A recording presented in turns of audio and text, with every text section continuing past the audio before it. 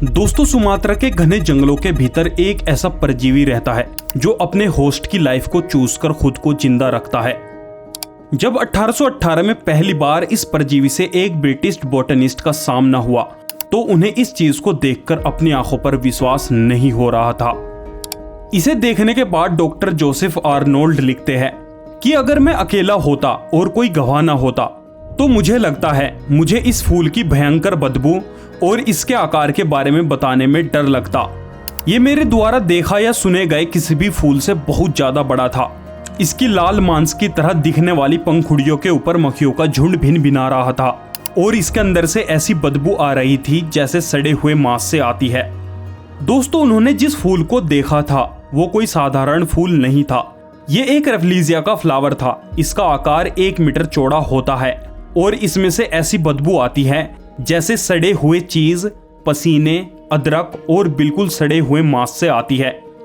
रेफ्लिजिया एक ऐसा पौधा है जिसके पास कोई तना नहीं होता, इसकी कोई जड़ नहीं होती और ना ही इसमें कोई पत्तियां होती है। ये पौधा एक पैरासाइट होता है जो दूसरे पौधों को अपना होस्ट बनाकर जिंदा रहता है। ये रेफ्लिजिया जीनस में आता है जो पूरी दुनिया में बहुत अजीब और रेयर होता है। ये मात्र थाईलैंड, मलेशिया, इंडोनेशिया और फिलीपींस के वर्षावनों में उगता है और इसे लैब में उगाना ऑलमोस्ट नामुमकिन है। रेफ्लिजिया की इतनी भयंकर बदबू के बाद भी इसे बहुत आइकॉनिक माना जाता है। ये इंडोनेशिया का नेशनल फ्लावर है। ये वहां की स्टैंप और मलेशिया की करेंसी पर छपा हुआ है। इसके अलावा थाईलैंड में इसकी कलियों को स्वादिष्ट माना जाता है और बोर्नियो के आदिवासी लोग इसे मेडिसिनल पर्पस के लिए यूज करते हैं। दोस्तों, दूसरे बदबूदार फूल जैसे कि टाइटन एरम गार्डन में खिलने के बाद अपनी तरफ भारी भीड़ को खींचते हैं, पर रेफ्लिजिया फ्लावर को जंगल के बाहर खिला हुआ देखना बहुत मुश्किल होता है और यही चीज इस फूल को बहुत ज्यादा मिस्टीरियस व दूसरे फूलों से अजीब बनाती है। टाइटन एरम के जैसे रेफ्लिजिया फ्लावर को टूरिस्ट अट्रैक्शन नहीं बनाया जा सकता, पर ये दोनों एक दूसरे के साथ कुछ गुण साझा करते हैं। जैसे कि ये दोनों विशाल होते हैं। जहां रेफ्लिजिया का फूल दुनिया का सबसे बड़ा फूल है, वहीं टाइटन एरम दुनिया का सबसे बड़ा पुष्प गुच्छ है। पुष्प गुच्छ यानी जिसके अंदर छोटे छोटे फूल का एक कलेक्शन होता है और ये दोनों भयंकर बदबू मारते हैं। रेफ्लिजिया के बारे में जो सबसे शॉकिंग चीज है वो ये है कि ये दूसरे प्लांट की लाइफ को चूस कर खुद को जिंदा रखता है और खुद को जिंदा रखने के लिए ये जिस तरीके का इस्तेमाल करता है वो भी कमाल का है। तो फिर आइए जानते हैं रेफ्लिजिया फ्लावर के बारे में यही चीज कि कैसे ये खुद को जिंदा रखता है और इसके अंदर इतनी बदबू क्यों होती है। पर दोस्तों, इस पौधे के बारे में जानने से पहले वीडियो को लाइक जरूर कर देना। दोस्तों, रेफ्लिजिया की सबसे बड़ी पहचान इसका विशाल आकार और इसमें से आती भयंकर बदबू है। इसकी प्रजाति के सबसे छोटे फूल का साइज भी किसी डिनर प्लेट के बराबर होता है और इसका सबसे छोटा साइज भी गार्डन में उगने वाले गुलाब और गुलबहार के फूल के कंपैरिजन में बहुत बड़ा होता है। अगर रेफ्लिजिया के सबसे बड़े फूल की बात करें तो ये लगभग 1 मीटर डायमीटर का होता है, यानी इतना बड़ा जितनी लंबाई 7 साल के बच्चे की होती है। वैज्ञानिक इस पौधे के बारे में जितना भी जानते गए हैं ये उतना ही अजीब होता गया है। दोस्तों, रेफ्लिजिया के पौधे होलो पैरासाइट्स होते हैं, जिसका मतलब होता है ये दूसरे पौधों को खाए बिना जिंदा नहीं रह सकते। ये अपना होस्ट बनाने के लिए वाइनिलियाना पौधे को चुनते हैं जो अंगूर की बेल के जैसी होती है। रेफ्लिजिया अपने होस्ट के अंदर एक सिंगल फाइल लाइन सेल के साथ घुसता है जिसे ये अपने होस्ट के अंदर 10 मीटर से ज्यादा तक फैला लेता है। इस सिंगल फाइल लाइन सेल की वजह से ये बेल से मॉइस्चर और न्यूट्रिएंट चूसता है। इसकी कली उभरने से पहले ये अपने तंतुओं को बेल के अंदर 18 महीनों तक फैलाता है, लेकिन ये चीज इसकी प्रजाति पर डिपेंड करती है। कोई प्रजाति इन तंतुओं को जल्दी भी फैला लेती है। अब इसके बाद इस कली को विशाल फूल बनने में 9 महीने का समय और लगता है और पूर्ण रूप से खिलने के बाद बस ये 4 से 5 दिन तक टिकता है और फिर सूख जाता है। इस रहस्यमयी रेफ्लिजिया के बारे में अधिक जानने के लिए वैज्ञानिक पिछले 10 सालों से इसके जीनोम को गहराई से स्टडी कर रहे हैं और इस दौरान उन्होंने जो पाया वो इस पौधे के बारे में बाकी सब चीजों की तरह ही शॉक करने वाला है। सबसे पहली चीज शोधकर्ताओं ने पाई है कि रेफ्लिजिया ने फोटोसिंथेसाइज एबिलिटी को लाखों वर्ष पहले ही खो दिया था। इनमें कोई क्लोरोप्लास्ट जीनोम नहीं होते, जिसका मतलब है इनमें प्रकाश संश्लेषण के लिए कोई भी जरूरी सेल्स नहीं होते। इससे भी शॉकिंग करने वाली बात यह है, रेफ्लिजिया में हॉरिजॉन्टल जीन ट्रांसफर होते हैं।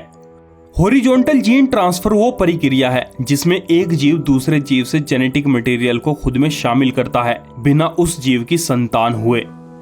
दोस्तों, लंबे समय तक ये माना जाता था कि ये केवल बैक्टीरिया और एक कोशिका वाले प्रोकैरियोट्स में ही संभव है। इसका एक उदाहरण एंटीबायोटिक रेजिस्टेंट बैक्टीरिया है।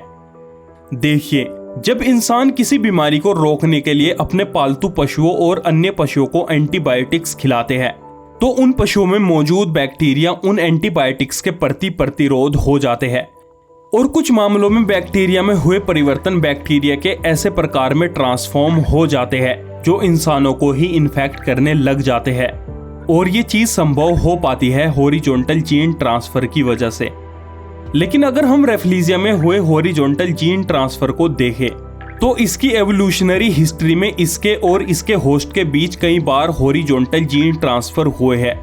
इसलिए इसके न्यूक्लियर जीनोम में 3 से 4% भाग इसके होस्ट प्लांट का होता है और इसके माइटोकॉन्ड्रियल जीनोम में 25% भाग इसके होस्ट का होता है। दोस्तों, इसे अपने होस्ट प्लांट वाले पौधे के पास से भी जेनेटिक इंफॉर्मेशन मिलती रहती है, जिसे रेफ्लिजिया आज होस्ट के रूप में इस्तेमाल करता है। वैज्ञानिकों का मानना है रेफ्लिजिया अपने पिछले होस्ट प्लांट के डीएनए का रिकॉर्ड होल्ड कर लेता है और ये चीज सैकड़ों मिलियन सालों से होती आ रही है। लेकिन इतनी जेनेटिक रणनीतियां होने के बाद भी रेफ्लिजिया क्यों इतना बदबूदार और नापसंद है?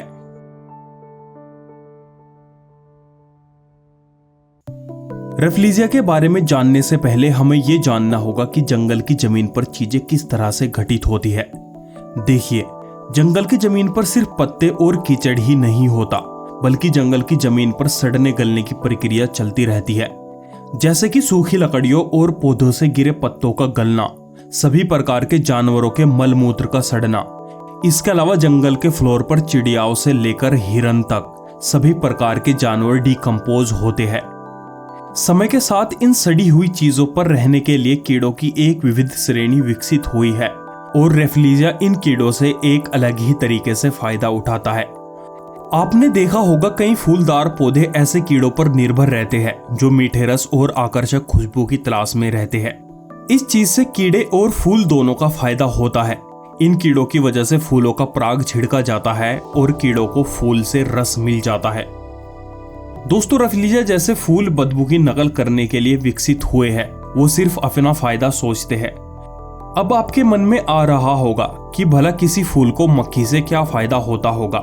दरअसल इन्हें मक्खियों से बहुत बड़ा फायदा होता है, क्योंकि जो कीड़े आमतौर पर अपने अंडों को मल या सड़े हुए मांस में देते हैं, वो कीड़े इन बदबू मारने वाले पौधों के पास भी अपने अंडे देने के लिए जाते हैं। जब मक्खियां रेफ्लिजिया के मेल पौधे के अंदर अंडे देती है तो इस मेल रेफ्लिजिया का लिक्विड पोलन मक्खी की बैक पर चिपक जाता है और वहीं सूख जाता है।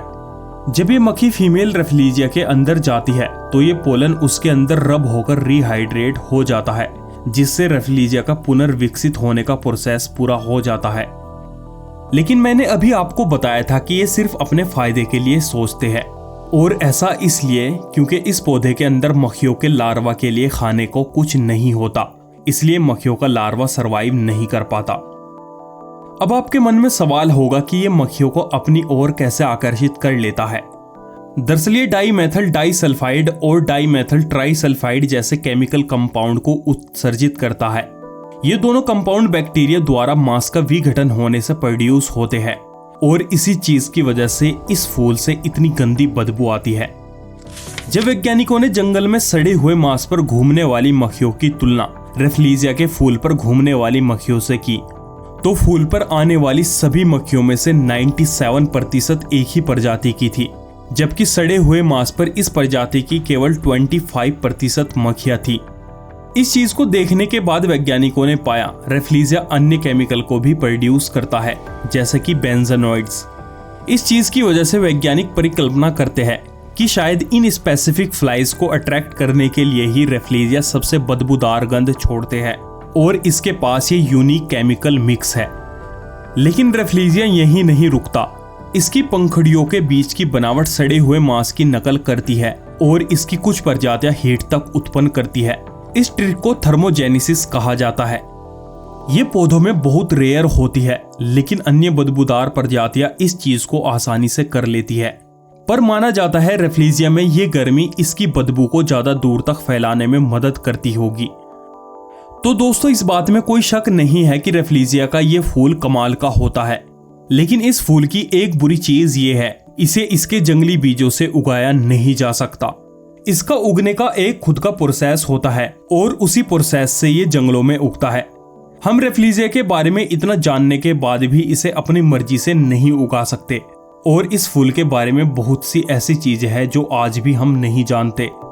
दूसरी चीज, जंगल कटने की वजह से इस फूल के जीवन को बहुत खतरा है। हो सकता है ये फूल कुछ सालों में विलुप्त हो जाए।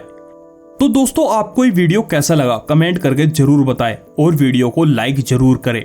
वीडियो देखने के लिए शुक्रिया।